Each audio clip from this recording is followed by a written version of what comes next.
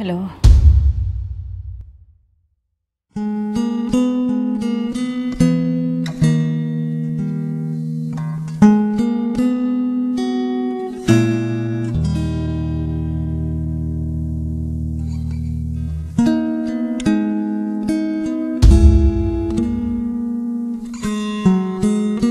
Tutulong ako sa mga magsasaka. Naiintindihan niyo ba sinasabi ni Jonas? Pumapayag ba kayo? Karapatan ng bata, Moms. Kinaalala ko yung safety niya.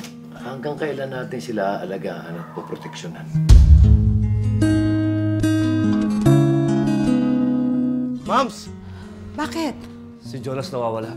Baka may nangyari na sa batang yun na baka na-aksidente. Sa dami ng taong nakakita, wala man lang isang Kristiyano o Samaritano tumulong. Hoy! Tulong ako, kriminal! Bilis ka! Uy, tulong! Tulong ka sa akin! Di ba yung kapatid ko sumisigaw na hindi siya kriminal? Aktivista ako! Hindi ako mamatay tao! O sir, nakita ko 3 lalaki at isang babae. Sinakay doon sa sakyan, kulay maroon. Ito nga po yung plate number na nakuha ko eh. Hindi itong sasakyan na sasabi ng security guard eh. There is no evidence that proves that Jonas Burgos was abducted by the military. Pihado, mga kaliwa ang kumidnap doon sa hinahanap ninyo. Kayo na mga kasamahan ninyo.